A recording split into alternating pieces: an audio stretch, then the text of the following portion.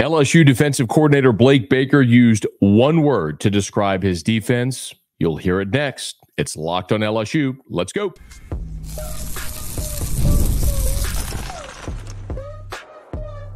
You are Locked on LSU, your daily podcast on the LSU Tigers.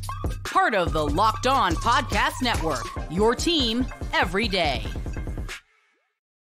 Okay, let's get it. It is Locked on LSU, your team every day. I'm your host, Matt Moscona. Glad to have you aboard with us here. Thanks for making us your first listen. We are free, available wherever you get great podcasts, of course, on YouTube as well. So please subscribe. Today's episode brought to you by FanDuel. Make every moment more as the playoffs wind down. The sports stop sporting like we want them to. But this summer, FanDuel is hooking up all customers with a boost or a bonus daily. That's right. There's something for everyone every day, all summer long. Visit FanDuel.com to get started. Had a chance to visit with former LSU first-round pick Eddie Kennison to talk about this impressive wide receiver room. You'll hear who the player he thinks is ready to break out among these wide receivers. Also, Blake Baker met with reporters, gave updates on Harold Perkins, Zy Alexander. I want to delve into all of that. So Tigers scrimmaged on Saturday. If you missed my scrimmage report, you can catch that. Just go listen to the previous episode or watch if you're there on YouTube. And after that scrimmage, a defensive coordinator, Blake Baker, met with reporters. Now, Sunday was a recovery day for the Tigers. Monday will begin 6 consecutive days of work for the LSU football team. Sunday recovery day. We're back at it on Monday with media availability. So we'll be back with the practice reports and player access and all that sort of stuff. So we'll have plenty to talk about this week as LSU moves toward a very important weekend. And from there, you're 1 week out from week 0, final scrimmage of fall camp for LSU. And then boom, they're into preparations for Southern Cal in the opener. Hard to believe, but we are now less than 3 weeks from LSU USC in the desert out in Las Vegas. And Blake Baker is charged with getting this defense ready for that game, turning around a defense that was historically bad, that was statistically the worst in LSU history.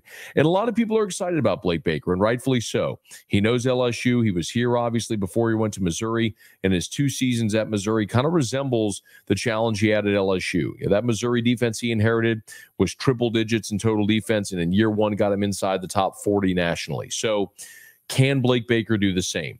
Well, to this point, in fall camp, if you've been with us here, if you followed these practice reports and these shows, I've said pretty consistently about this LSU defense. It is obvious if you watch them, they are better.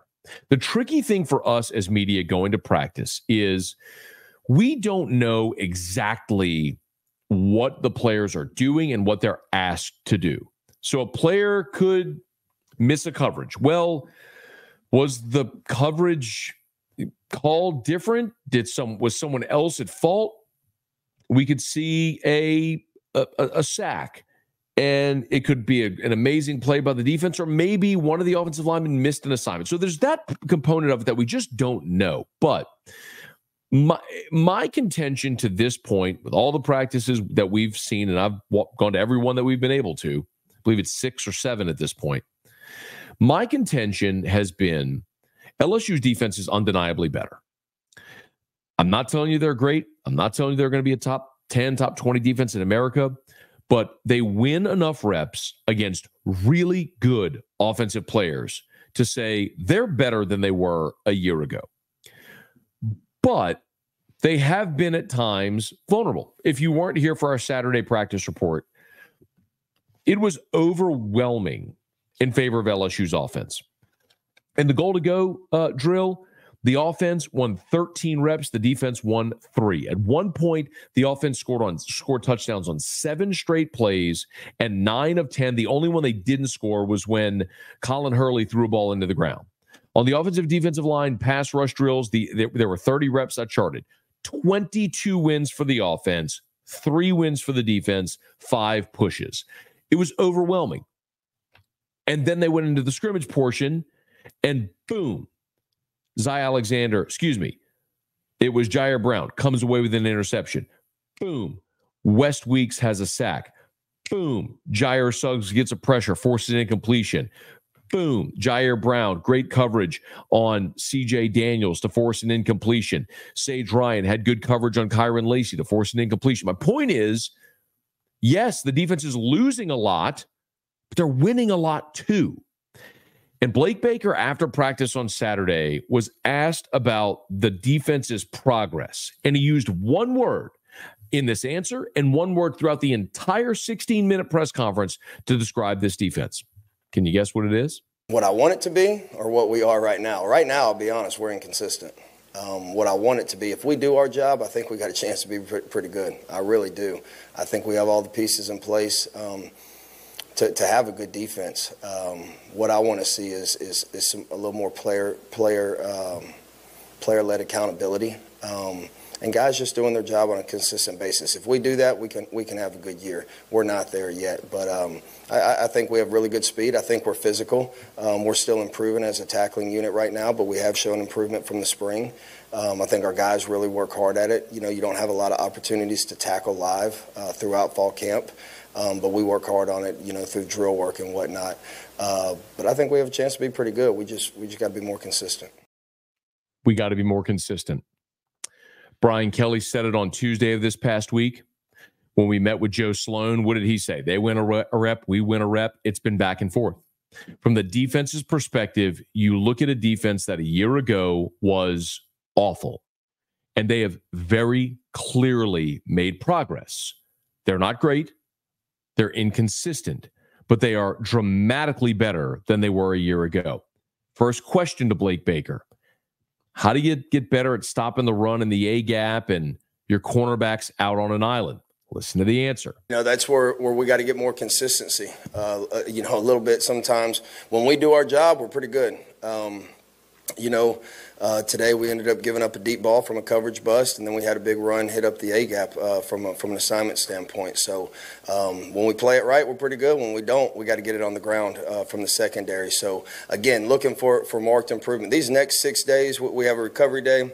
Then we go 6 days straight. I think the cream will start rising to the crop, and we'll figure out. Again, we're mixing and matching a lot of guys right now, and so it's hard to pinpoint who on that play or who on that play, you know, necessarily didn't do their job. But, you know, overall, we just got to be more consistent as a unit. You know, in today's game, you can't just play with 11 players. You got to have 22, 25, 26, especially with the opportunity now with a playoff. So we're looking to build depth right now, and then by the next 6 days, we're going to start paring it down and figuring out who's our guys. I didn't chart how many times in the 16-minute press conference Blake Baker said we're inconsistent or we have to be more consistent or some variation, but you get the gist. They are good. When they play it right, they make plays. The problem is they don't do it every rep. And if over these next 3 weeks, they get to the point where they are doing that every rep or more often than not, then yes, he's right. They have the potential to be a pretty good defense. Similar turnaround that he had at Missouri. We're seeing if he could do it year 1 in Baton Rouge. Consistency. That is the key for this LSU defense. They've been plenty good enough throughout this fall. They've shown they can be good enough. They've shown they can go toe-to-toe with a really good offense and limit them and get stops. Can they do it consistently? That's what they're seeking right now as they enter the second full week of fall camp. Blake Baker also updated Zy Alexander's recovery from his torn ACL and how Harold Perkins is doing so far in this transition, in this new role in the defense. You'll hear what Blake Baker had to say about those two players next. Locked on LSU, your team every day. Passion, drive, patience. The formula for winning championships is also what keeps your ride or die alive. eBay Motors has everything you need to maintain your vehicle and level it up to peak performance. Superchargers, roof racks, exhaust kits, LED headlights, and more. Whether you're into speed, power, or style, eBay Motors has you covered. With over 122 million parts for your number one ride or die, you'll always find exactly what you're looking for. And with eBay Guaranteed Fit, your part is guaranteed to fit your ride every time or your money back. Because with eBay Motors, you're burning rubber, not cash. With all the parts you need at the prices you want, it's easy to make your car the MVP and bring home huge wins. Keep your ride or die alive at ebaymotors.com. Eligible items only. Exclusions apply. eBay guaranteed fit. Only available to U.S. customers. Blake Baker gave an update on both Harold Perkins and Zy Alexander. Get to that here in just a smidge, but we always thank you for making Locked on LSU your first listen of the day, and we encourage you for your second listen. Enjoy Locked on College Football with my buddy Spencer McLaughlin. Get you ready for an exciting season on the gridiron with discussions on the upcoming season, the ever-changing landscape of college athletics, including conference realignment, transfer portal, NIL, college football's expanded playoffs, and more. Locked on College Football, available on YouTube and wherever you get podcasts, part of the Locked on Podcast Network, your team every day. So, Blake Baker, we went over the big picture stuff as of right now. They got to get consistent. Well, a big part of that, obviously, is going to be Harold Perkins. And we know what Harold Perkins is as of this point. Actually, I feel like I know what Harold Perkins is, but I think there's some confusion about what Harold Perkins is, has been, and can be. I often get asked, hey, what happened to Harold Perkins in his sophomore year? Nothing. But Matt, he was terrible. He was vanished. Matt House made him disappear. No, he didn't. Have you actually taken the time to look at what Harold Perkins did as a freshman and as a sophomore? As a freshman, Harold Perkins had 72 tackles. As a sophomore, 75. As a freshman, Harold Perkins had 13 TFLs. As a sophomore, 13 TFLs. As a freshman, Harold Perkins had 7.5 sacks. Sophomore, 5.5. He forced 4 fumbles as a freshman, 3 as a sophomore. He broke up 3 passes as a freshman, 6 as a sophomore. And he had 1 interception in each his freshman and his sophomore seasons. When Harold Perkins was a freshman, he was voted second team All-SEC by the coaches. As a sophomore, Harold Perkins was voted second team All-SEC by the coaches. The point is, Harold Perkins was still a productive player. Blocked a field goal. Big moment, too. He was a productive player. But he was a productive player on a defense that was atrocious. So a lot of his plays were nullified. They were insignificant because the defense was so bad. And a big part of that, of course, was after the first game, they moved him to his more familiar role outside, where he was in that nickel Sam role. He rushed the passer, he played in coverage, and he was very good at that. Now, for all the talk of Harold Perkins moving inside, one of the things that we have undeniably seen in fall camp, oh yeah, Harold Perkins is lining up off ball. There's no doubt. He's not lining up as an edge rusher, a stand-up edge rusher. He's lining up off ball as an inside linebacker, most plays. But we've seen Harold Perkins do everything. He has rushed the passer. He has dropped in coverage. He has stretched out run plays. In that scrimmage on Saturday, had a beautiful play, crashing the line, tackling Caleb Jackson for a loss on the play. We've seen him turn and run in coverage and come up with an interception, pass breakups. Harold Perkins has done just about everything. And Blake Baker said as much when he was asked about Harold Perkins on Saturday. He's done an unbelievable job. Harold Perkins right now is playing on fire. Again, have a lot on his plate mentally. We have packages where we're moving him all around, so he's not just playing on the inside. But he's fitting the run as well as anybody that we have at linebacker right now. I think our linebackers are doing a good job overall fitting the run, but very, very pleased with Harold and really his development. Again, you talk about from where we started this thing at the beginning of spring to where he is now, it's night and day. And he's an ascending player. I really think he's not even scratching the surface still of where he's going to be. So I look forward to, every single week him improving, but very, very happy with what he's doing right now. Baker also said he feels like this team has 4 starters at linebacker. And I don't believe that's coach speak.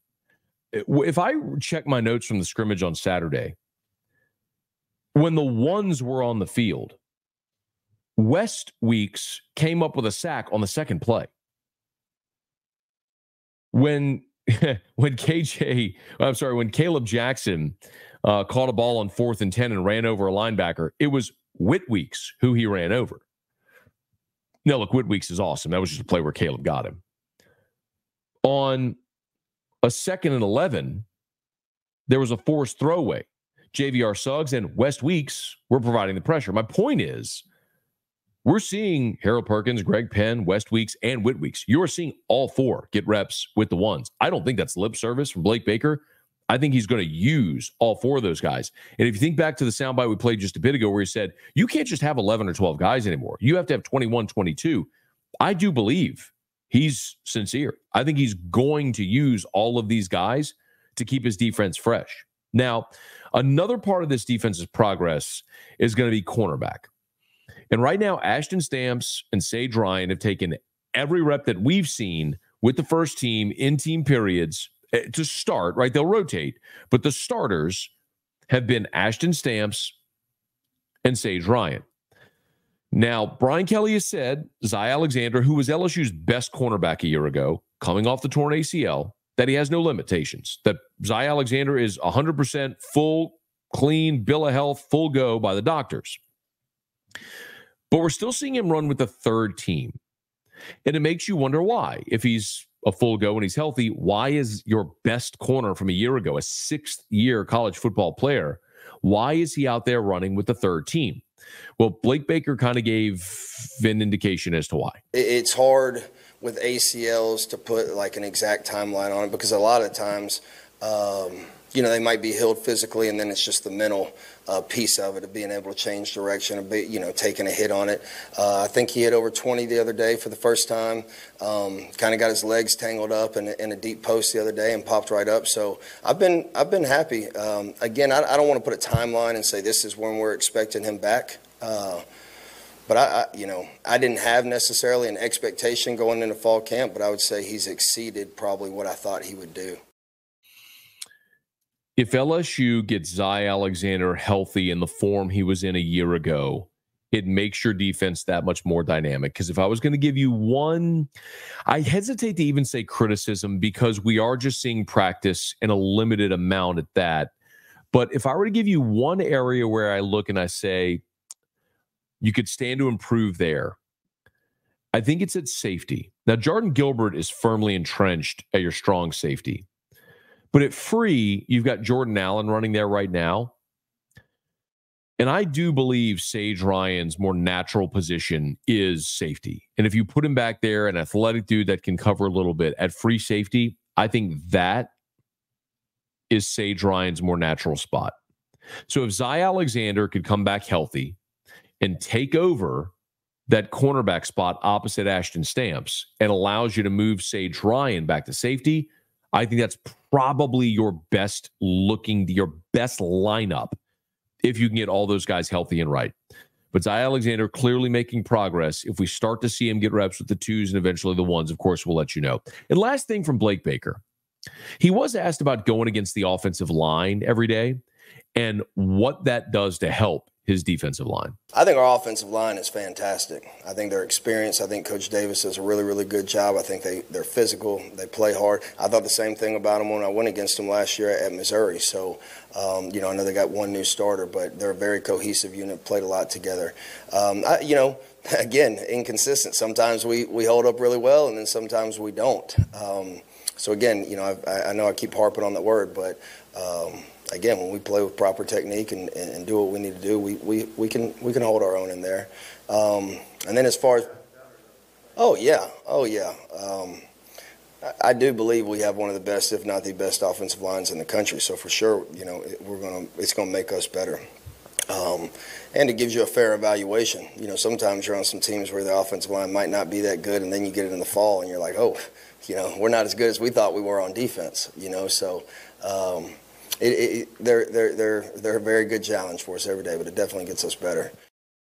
He used that word again, inconsistent. He even said it. I know I keep harping on it, but he's right. It's something we continue to see over and over again in fall camp. If this defense can develop that consistency, they have a chance to be a really good defense. Not a great defense, not a defense littered with All-Americans and first-round picks, not the 2011 LSU defense or anything of the sort, but a defense plenty good enough to keep LSU in games, to let that offense go to work and win a lot of games, potentially get LSU toward the playoff. Okay, it is Locked on LSU, your team every day. To put a button on this episode, I had a chance to talk to former LSU wide receiver and first-round pick Eddie Kennison, who was on LSU's staff 4 years ago, as the director of player personnel. And he told me his opinion of which one of these receivers is primed to break out. You'll hear it next. Locked on LSU, your team every day. Y'all, I love sports.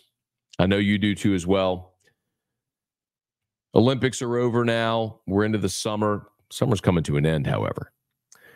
The playoffs wind down. We get fewer games. The Olympics are over. The sports aren't sporting like we want them to, but FanDuel lets you and me keep the sports going whenever we want. All we have to do is open up that FanDuel app. I'm going to do it right now. We can dream up bets anytime we're in the mood. This summer, all summer, FanDuel is hooking up all customers with a boost or a bonus daily. That's right. Something for everyone every day, all summer long. Really cool no-sweat same-game parlay right now for MLB.